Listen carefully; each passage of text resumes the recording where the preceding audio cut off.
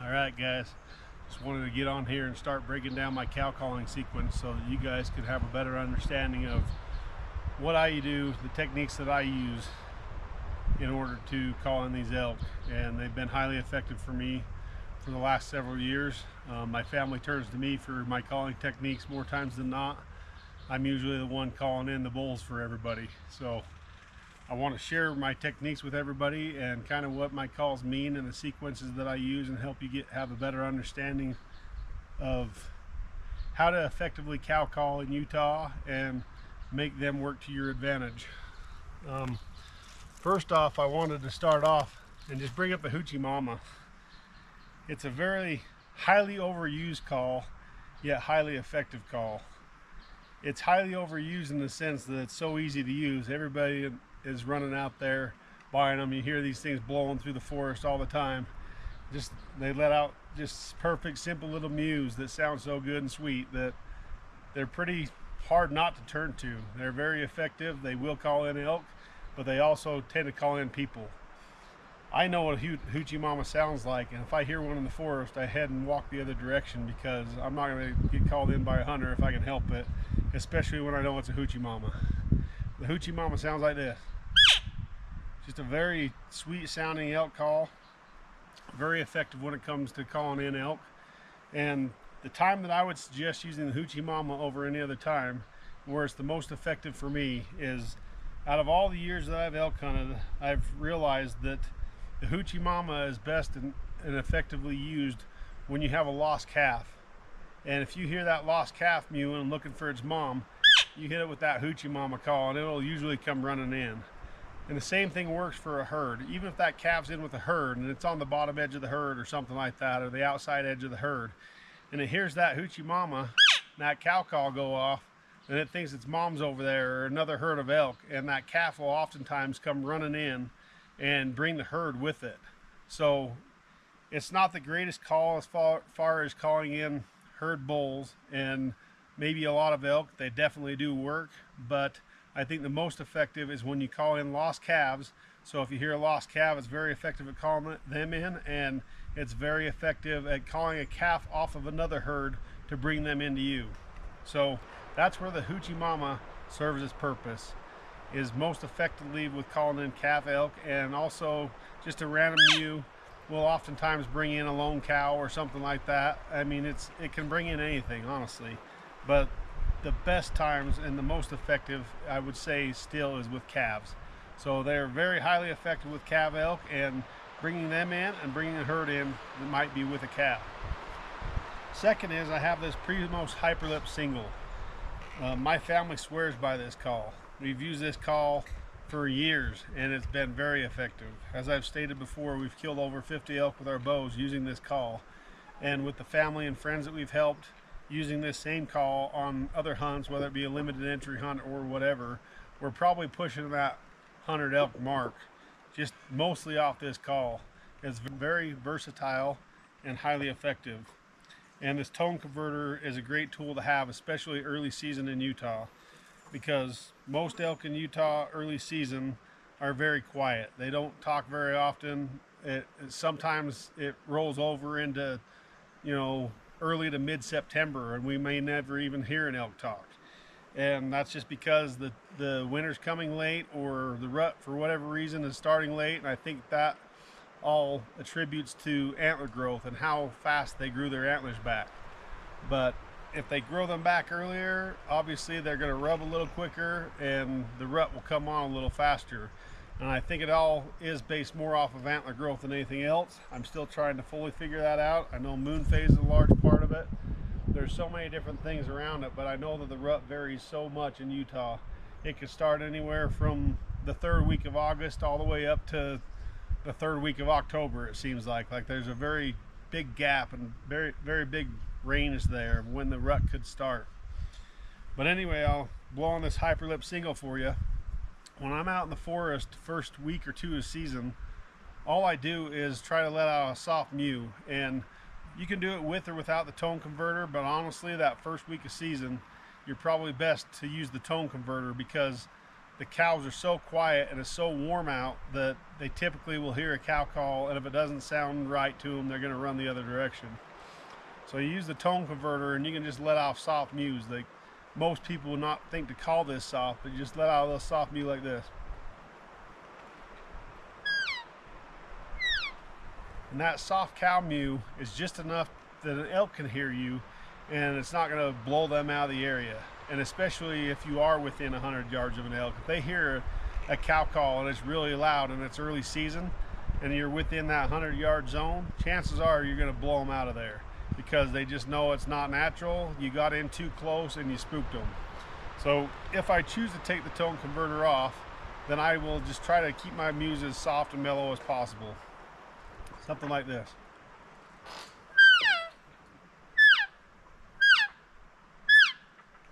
Anyway, it's mews, calf mews, whatever, and they're very effective on those elk. And it's just soft enough that, like I say, the elk can hear you, and if they hear you, then they'll respond typically. Oftentimes they may be within that 100-yard zone, and then if you hear them answer back, then that's a good indication that they heard you.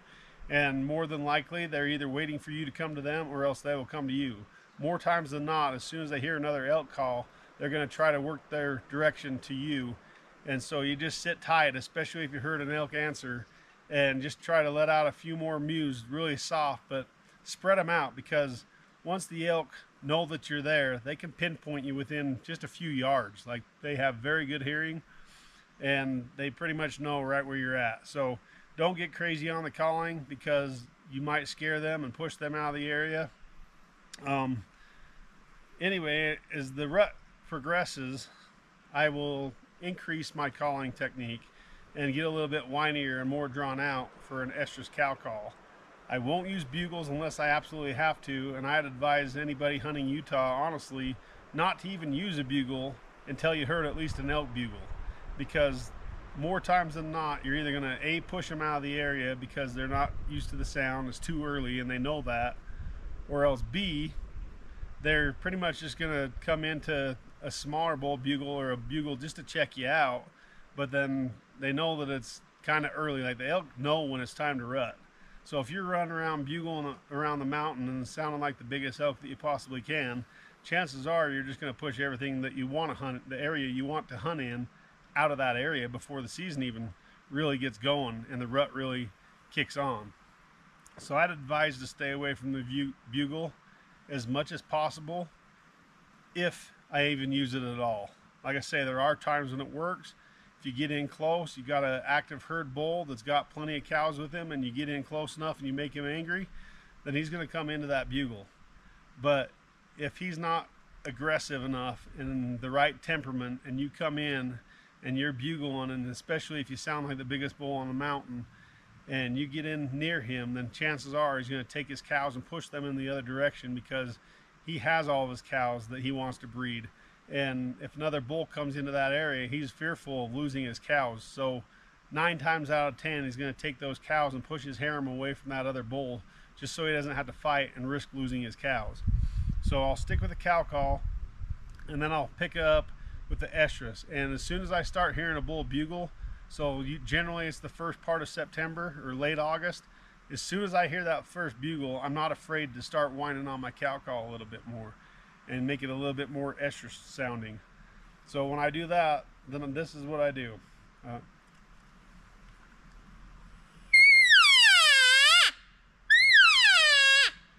Just a lot more drawn out and a lot more whiny. And that higher pitch just really gets those bulls excited, and they'll typically start bugling back and answering back, and sometimes they'll come just from that. But oftentimes I'll get a bull to hold up just outside that 100-yard zone, and he'll be answering me, but he doesn't want to come in. And I've been successful at using my cow call, so then I lay it on thick, and I get really whiny, really drawn out, really pleady, and those bulls will typically come back down the mountain and check me out. And that, when I'm going completely crazy, I do this, and it sounds a bit extreme, but the bulls actually eat it up and they love it. And it's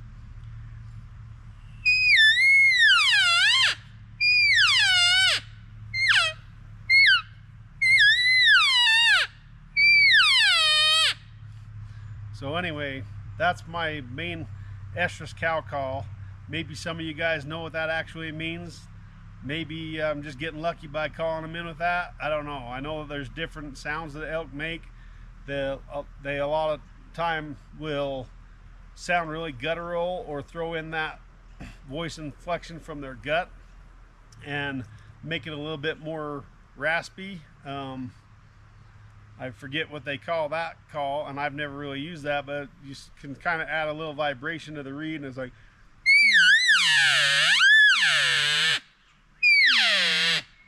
anyway, that kind of sound I've heard a lot of people have high success over too. I haven't dared to try that yet, and I haven't needed to try that yet, so I haven't used it. My technique and the calls that I personally use have worked and been so effective that I haven't felt the need to attempt anything different. But don't be fearful to try something new. If nothing's working, always try something different and just see if it works. You may scare them, you may not, but at least you'll find out by trying it. So there's no one way to do anything. Just go out there and give it your best effort and just apply it and try it out, and then you'll learn whether you scare those elk or not and whether you want to attempt to doing it again. I would like to learn how to bark on my bugle. I haven't ever attempted it, but in a situation like yesterday, we got into a herd of elk and the elk started barking. And I knew that the best way to calm that elk down was to bark back. But my bugle was in my pack. I didn't want to make a lot of noise.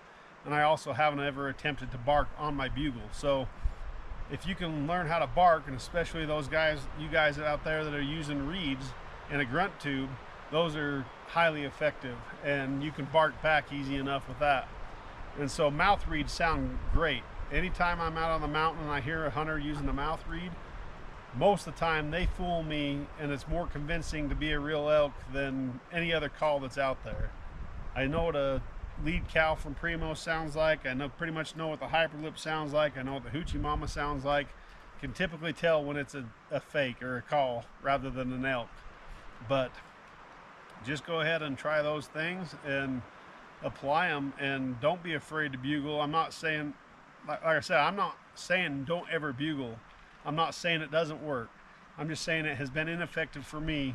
And over the years of my elk hunting career, when I've gone out, typically the bugle pushes the elk away because they already have their cows. They don't want to compete with another bull for other cows and risk of taking their own unless they're like full-blown rut, and we just don't get to experience that in Utah. If you get to hunt those other states around the 23rd of September, somewhere in that week time frame around the 23rd, then the chances of you being able to bugle a bull in are probably pretty good, because he's probably just trying to breed as many cows as possible, and there's a good chance that you can pull those cows off of another bull or whatever. Those two bulls fighting back and forth can pull cows from each other, and so they're going to try to get as many cows as they can to breed. But Utah, with the early season that we have, will typically not be a great time frame to try those things.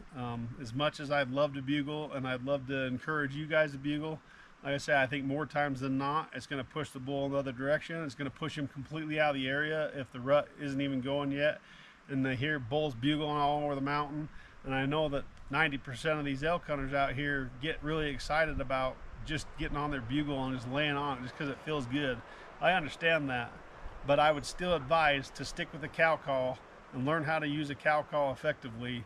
And if you do that, I honestly believe that your elk hunting success will increase tenfold. The cow call is just a great way to go about it, and I think that it's a very effective tool in Utah to use, probably even more than any other state. But I would encourage anybody, even outside of Utah, that are hunting this rut activity, turn to a cow call. Like, cow calls work so effectively because a bull's always looking for the cows. So no matter what, a cow call is going to work. I can't say every time, obviously, but if a bull hears a bull bugle, chances are there's probably a 50-50 chance it's going to work. Versus if he hears a cow and he knows that that's what he's trying to do is breed a cow, then obviously he's going to be more apt to come into a cow call than he would be to come into a bugle. So that's my cow calling techniques that I wanted to share with you guys. I hope that you take them for whatever they're worth to you and incorporate them into your hunting style and just see what they can do. But the other thing that I wanted to talk about real quick was when we're walking through the forest, the way that I effectively use it, especially really early season, that first week or two of season, is you let out that soft mew. And it's hard to want to not blow on your cow call, obviously. It's just fun blowing on the calls. We all want to call elk in, but there's still a time and a place for it where it's going to be most effective for you. So I would let out a cow call, a little mew, and then walk 200 or 300 yards before you let out another one, and then let out one or maybe two more, and then walk another quarter mile and then let out another one. These elk have great hearing, and if they're in earshot and they hear that cow call, they're more than likely going to either start coming towards you, or else they're going to let out a mew or something themselves to let you know that they're there. And then that gives you the opportunity to put together a plan, play the wind, and sneak in and try to get as close as you can to that herd. Yeah, so walk about 300 yards, 400 yards, quarter mile, whatever, let out a soft mew. And don't do it often, and walk slow. I learned this from my brother. He's a very sneaky, he's probably one of the stealthiest hunters I've ever seen. He's snuck in on so many bedded elk and arrowed them right in their beds, and sometimes he's had them bed down right in front of him before he arrowed them. He's very, very sneaky, very effective. So walk so slow that if you're walking along, you can still hear past your own footsteps, because you want to listen for those branches breaking off in the distance. And oftentimes squirrels dropping pine cones sound like it might be an elk. I'm sure you've all experienced that. But when an elk actually breaks a branch, and then you hear the hollow thuds on the ground from an elk's hoof hitting the ground and stuff like that, or you can hear sometimes they'll be feeding over a little hill, and you hear them uproot the grasses out of the ground. You can just tell that it's either going to be cattle or elk. And cattle are pretty loud, so typically you'll know whether it's an elk or not. But just be sneaky and stealthy as you're going through and using these calls. And as you do that, the elk will be there sooner or later. When you finally get in that right position, you'll set yourself up for success, because in that moment the elk's not spooked. It heard a call. It doesn't sound anything outside of the ordinary. It sounds like a real elk, and they're more apt to come in and check you out. So that's my tricks. And like I say, as the rut progresses and the bulls start bugling and the rut activity's underway, you can get far more aggressive on your calls. You can sound like multiple elk. You can whine and plead on your cow call. You can even throw in some bugles if that's something that you like to do. And all those different techniques will come together and give you a very good chance of success. But I still would like to encourage everybody to stick to cow calls as much as possible. They're so effective. I rarely need to use a bugle. So consider that on your next hunt, and just try to learn how to effectively use a cow call and understand what those calls mean. And as you do that, then you got a really good chance to call in a bull, especially after that September 1st date. The later into September you get, in that time frame, those bulls are starting to rut and get more active, and they start tearing up trees. And as they tear up those trees, then you kind of know where to target. You look for the fresh sign and listen for the bugles, and then you just start going after these elk. So good luck this season. Apply these tips. I hope they work for you. All right, thanks.